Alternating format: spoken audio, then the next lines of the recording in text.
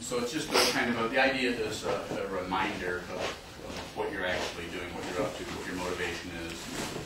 You're there to help people see who they are, simply put. And it gets really complicated after that. Good morning. Good morning. I'm very happy to be here. So thank you very much for inviting us to come. I'm going to talk just a little bit about sitting practice, and as far as since I've been asked to lead the retreat, then I'm going to do that. And so I would make recommendations on your sitting technique. And even that being said, you can certainly do anything you want. Nobody's going to be checking up on you or anything like that. But I would recommend that you practice in a particular way, just for this couple of days. Then you can either continue that or you can return to whatever your techniques are. I always like to say, trust yourself. Don't trust anybody else, including me. Always. But you have to know what trusting yourself means. It doesn't mean believing all of your thoughts. That's just the opposite of trusting yourself. In fact, that's a little bit more cowardly way of approaching things. All your opinions, your ideas, your judgments. When you kind of go that direction, it might temporarily feel kind of safe. Ultimately, it's not a good direction to go because it leads into just self-deception, basically. So it creates more problems than it solves.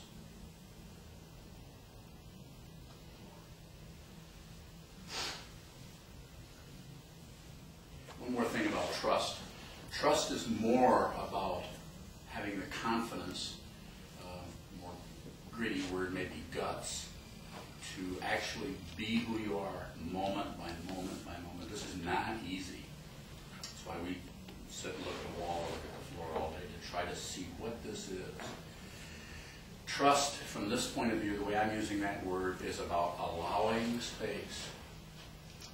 When danger comes, threats come, worry comes, anything comes, don't do anything with it. Don't add on your ideas, your opinions, your judgments, even though it might feel safer to do that, or at least you're busy thinking about it or worrying. But what's being suggested is basically what you're learning to do here by doing sitting meditation. Shikantaza means just sitting in the Zen tradition. It doesn't mean thinking about anything or trying to get to some kind of state of mind that is somehow holy or pure or meditative. This is all a waste of time.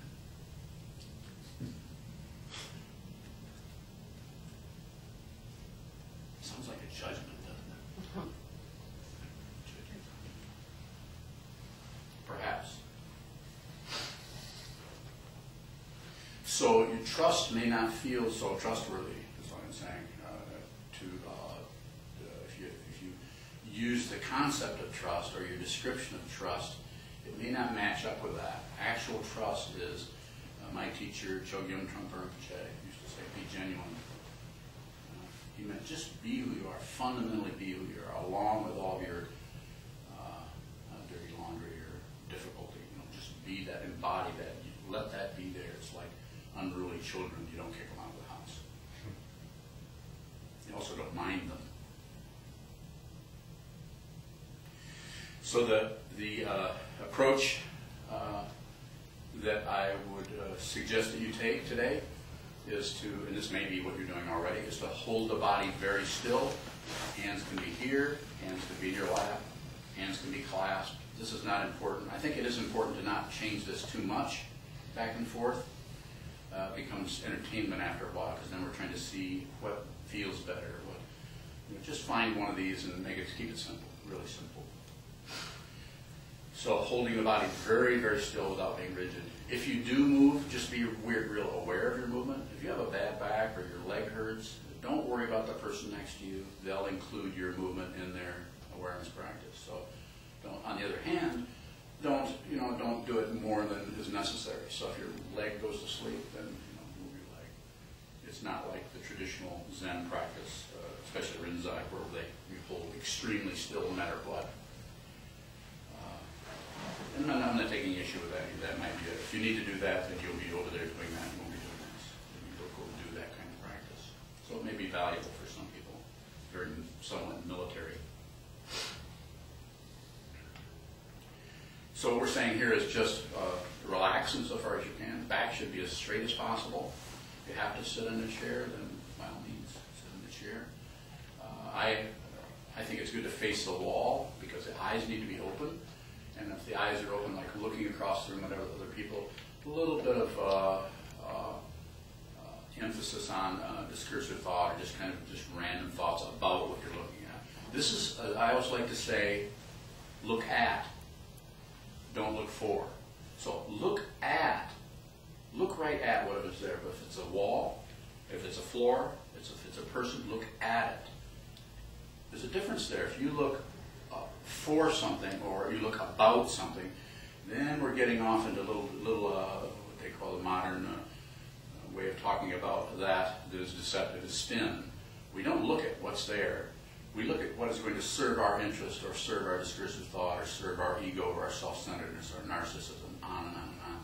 So what we're trying to do is we're trying to gently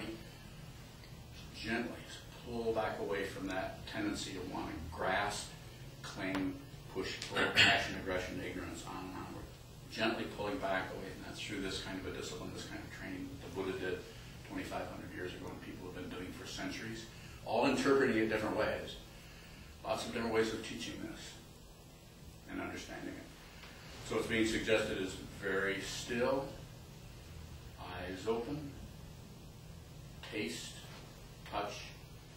We're not on default anymore. You're actually free to move through all of your senses. And I suggest that you do. You're sitting here, you can move into any, just because nothing is happening in your mouth doesn't mean you can't go to that sense consciousness and see how it's slightly separate from the sense of smell, the sense of hearing, the sense of sight. On the one hand slightly, on the other hand completely. The sense of hearing doesn't know how to see.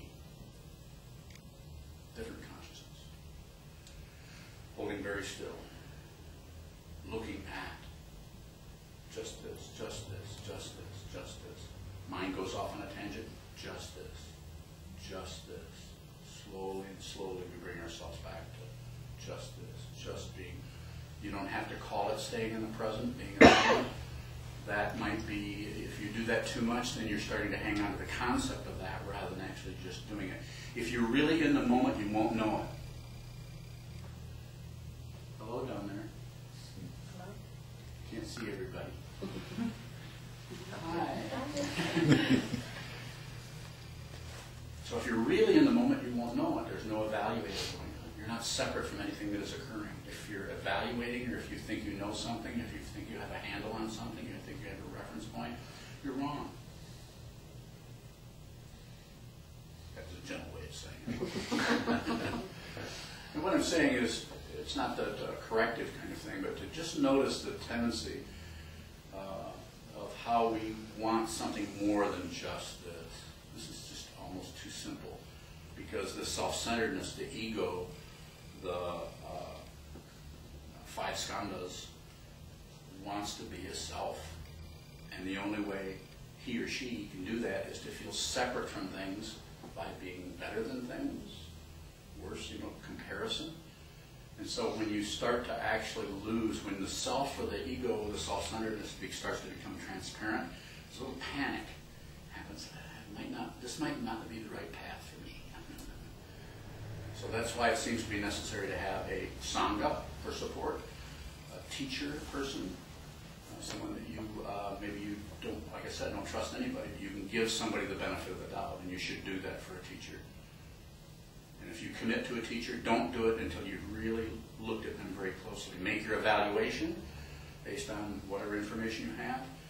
And if you decide you want someone to function as a teacher for you, then when you ask them to do that, if in fact you ever do that, not necessary, do whatever you want. But if you do that, stop evaluating them.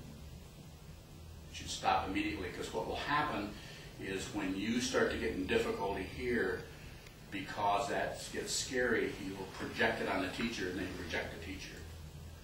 And it's not that the teacher won't be, the teacher is human, so the teacher may be doing difficult things. I had a couple of outlandish teachers, and they were all ready to, and they lived in such a way that you could project stuff on them all day. They had all kinds of stuff they did.